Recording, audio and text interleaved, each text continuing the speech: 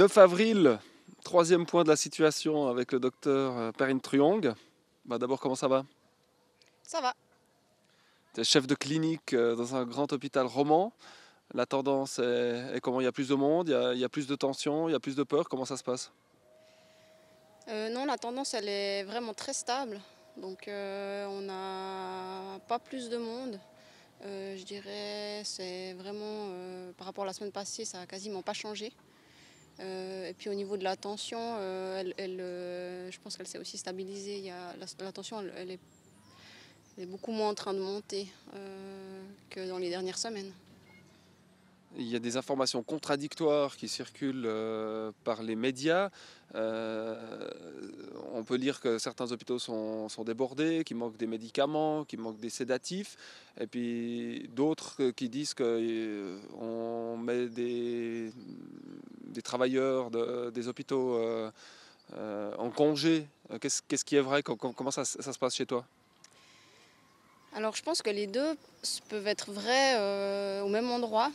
Bon, en Suisse, il y a beaucoup d'hôpitaux et la situation elle est un peu différente pour chaque hôpital. Mais si on prend que la situation de la Suisse, je pense que dans beaucoup d'hôpitaux, il y a les services qui sont touchés par le coronavirus qui ont tendance à être débordés ou à manquer un peu de matériel, même que la situation, à ma connaissance, elle est plutôt sous contrôle de ce point de vue-là.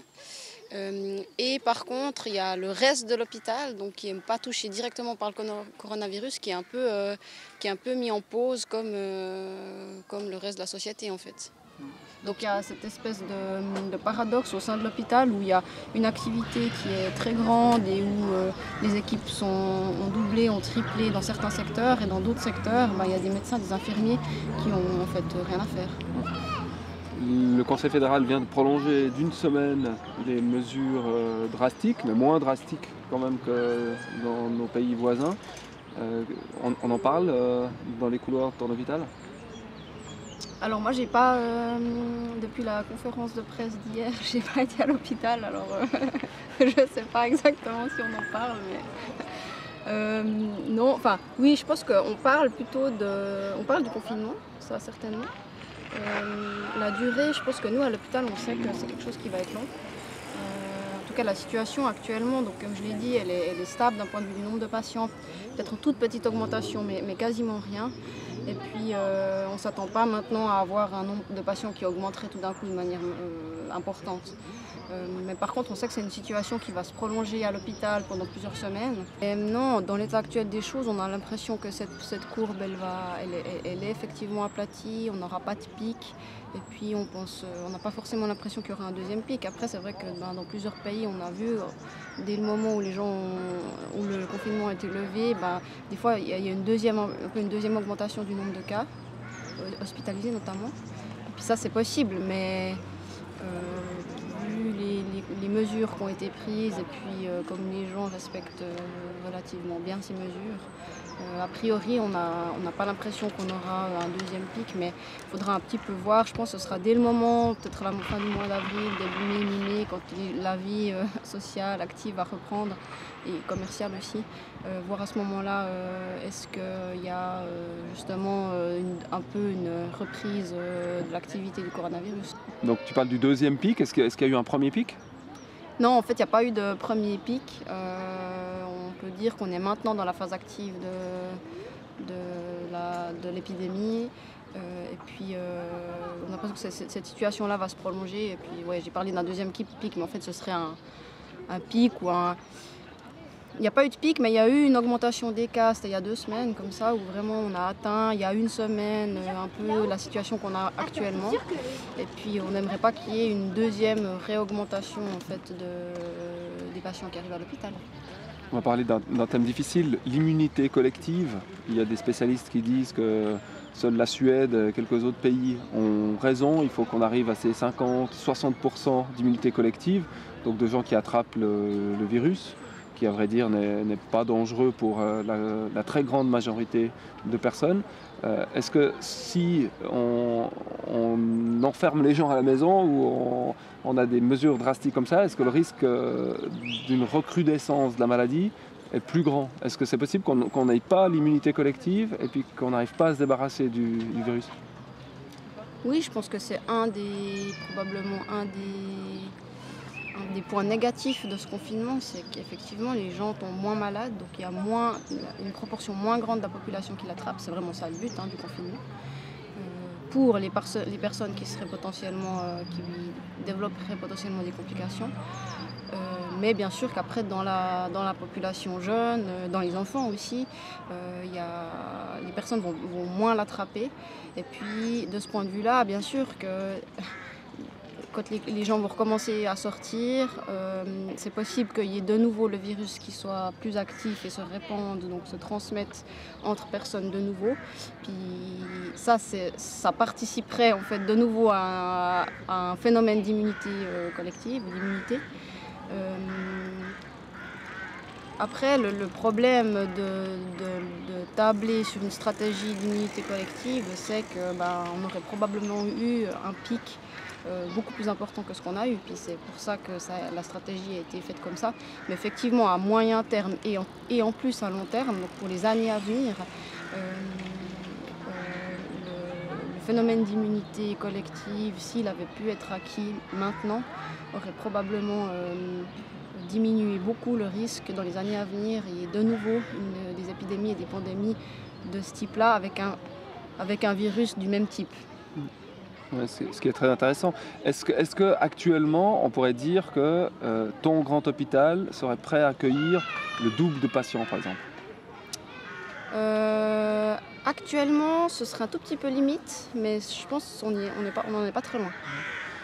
Pour revenir sur les patients, les statistiques montrent que le patient qui décède du coronavirus, ou dont un des facteurs est le coronavirus, de cause de décès, à 84 ans, c'est ce qui se voit dans les hôpitaux ou dans ton hôpital?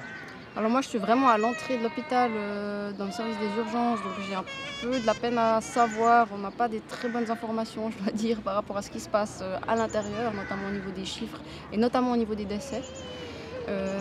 Mais voilà, ça je pense, cette moyenne d'âge de 84 ans avec une médiane de 92 ans, donc un peu moins haute. Puis la médiane, elle reflète peut-être un petit peu mieux la distribution que la moyenne, mais ça change pas grand-chose. On a pu le lire, je pense pour la Suisse, ces chiffres ils sont justes. C'est peut-être pas représentatif de ce qui s'est passé les 7 derniers jours, mais c'est représentatif de ce qui s'est passé jusqu'à la semaine passée. Et ça, c'est au niveau international à peu près les mêmes chiffres qui sont publiés. Donc ça, c'est des chiffres qui sont justes et ça doit à peu près correspondre à ce qui se passe chez nous. J'ai pu lire que les patients extrêmement vieux et malades n'entraient pas aux soins intensifs. Est-ce que c'est vrai? Oui, c'est vrai. Alors, actuellement, il n'y a pas de critères d'âge strict pour l'entrée aux soins intensifs. Mais c'est vrai que des patients âgés, on se pose de toute manière, qu'il y ait coronavirus ou pas coronavirus, on se pose quand même la question du sens que ça fait de mettre un patient aux soins intensifs quand c'est des patients âgés, quand c'est des patients malades. Après, chez des patients jeunes, très malades, on se pose aussi la question, c'est pas que l'âge, c'est vraiment aussi les comorbidités qui jouent un rôle.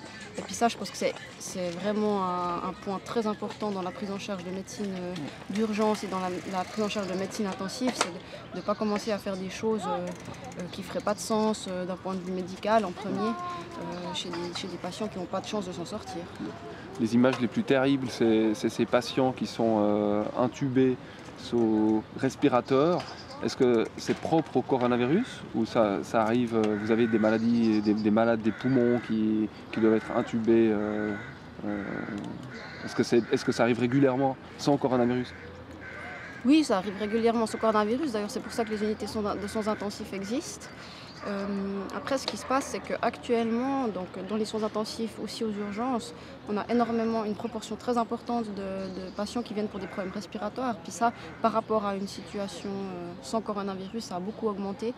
Et c'est la problématique centrale, en fait. C'est ça, c'est que le coronavirus peut faire parfois des pneumonies qui sont très sévères, qui nécessitent la mise sous respirateur artificiel. Et puis c'est vraiment ça le problème en fait, principal de cette maladie.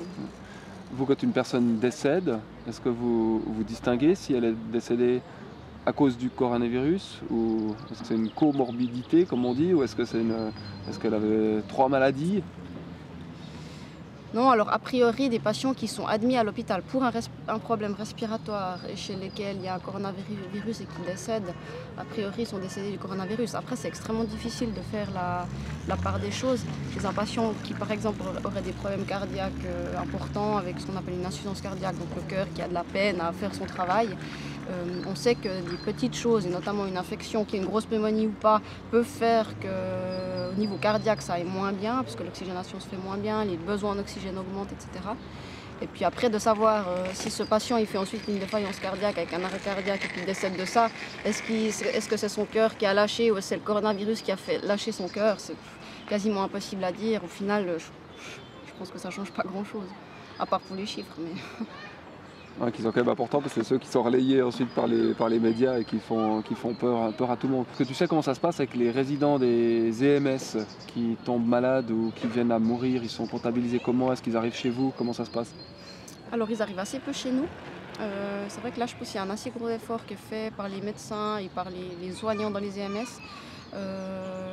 Qu'il y a du diagnostic dans les EMS. Donc les patients, on les diagnostique, on leur fait donc c'est un frottis pour faire le test. Mais c'est des patients qui sont très peu transférés à l'hôpital. Les EMS se sont organisés pour faire un peu des unités ou des coins où ils mettent les patients ensemble, ils sont un peu obligés. Voilà, il y a beaucoup de décès dans les EMS. Et puis c'est des décès qui sont par contre, c'est obligatoire la déclaration. Donc les médecins des EMS doivent faire la déclaration en Suisse, c'est centralisé. Après c'est un petit peu dommage, en tout cas moi j'ai pas vu les chiffres. En Suisse, on a assez peu accès à ces données-là, savoir la proportion de patients décédés, quelle est la proportion par exemple dans les EMS, ce sera assez intéressant. Merci Perrine, on se retrouve la semaine prochaine, on espère qu'on ne se retrouve pas dans 2 semaines. De rien, l'histoire elle n'est pas terminée dans 2 semaines, donc il n'y aura probablement pas de grands changements, on peut peut-être espacer un petit peu les points de la situation qu'on fait, mais voilà, on se voit volontiers dans 1 semaine, puis après on verra. Merci pour le travail.